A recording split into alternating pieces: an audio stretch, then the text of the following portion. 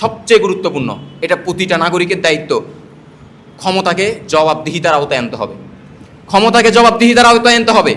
যে ক্ষমতায় আছে তাকে জবাবদিহিতার আওতায় আনতে হবে। আর আমি যদি জবাবদিহিতা চাই, আপনি আমাকে কোনো একটা ট্যাগিং দিবেন, আমাকে জঙ্গি বানাই দিবেন, আমাকে ওই দলের বানাই দিবেন, এই দলের বানাই দিবেন, এটা করলে আমরা থেমে যাবো, এরকমটা আশা করিয়েন না। সাধারণ আলেম সমাজের সাথে এটা হচ্ছে, আমাদেরকে বিভিন্ন দলের বলা হয় যে আমরা নাকি এই দলের পারপাস সার্ভ করতেছি, এই দলের পারপাস সার্ভ করতেছি। বিষয়টা এমন না।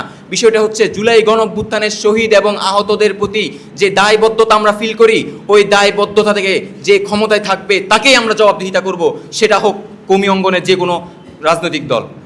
আজকে আমাদের 6 জন এমপি আছে, ওই 6 জন এমপিকেও আমরা জবাবদিহিতার আওতায় আনবো যে আপনি কাজ করতেছেন, আপনার এলাকার কী করলেন আমরা দেখতে চাই। সাধারণ সমাজ ওই জায়গায় বিশ্বাস করে, এবং আপনারা প্রতিজন আপনার এমপিকে জবাবদিহিতার আওতায় আনেন, রাষ্ট্রকে জবাবদিহিতার আওতায় আনেন, দেখবেন চুরবাটবাড়ি কমে যাবে, দুর্নীতি কমে যাবে, হয়রানি কমে যাবে।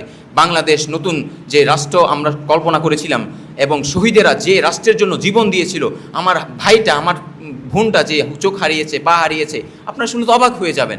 এই জুলাইয়ে 600 জন ভাই চোখ হারিয়েছেন, 995 জন তার হাত পা হারিয়েছেন। এই ভাইয়ের প্রতি কি আপনার দায় নাই? এই ভাইয়ের প্রতি কি আমার দায়িত্ব নাই? আমি এমন প্রচুর ভাই বোনের সামনে দাঁড়িয়েছি, আমি এরকম মায়ের সামনে দাঁড়িয়েছি যিনি কিনা দুইটা চোখে দেখেন না। আমি এরকম 12 বছরের বাচ্চার সামনে দাঁড়িয়েছি যার মাথার এই জায়গাটা ফাঁকা হয়ে আছে, তার মাথার দিক দিয়ে বুলেট ঢুকে পিছন দিয়ে বের হয়ে ওই একই বুলেট তার নানির পেটের ভিতর ঢুকেছে, নানি শহীদ হয়ে গেছে, কিন্তু 12 বছরের মুসা এখনও বেঁচে আছে। সে কিছু কথা বলতে পারে না, সে কিছু বুঝেও না, একটা পঙ্গুত্ববরণ জীবন যাপন করতেছে। তার প্রতি আমাদের দায়বদ্ধতা আছে।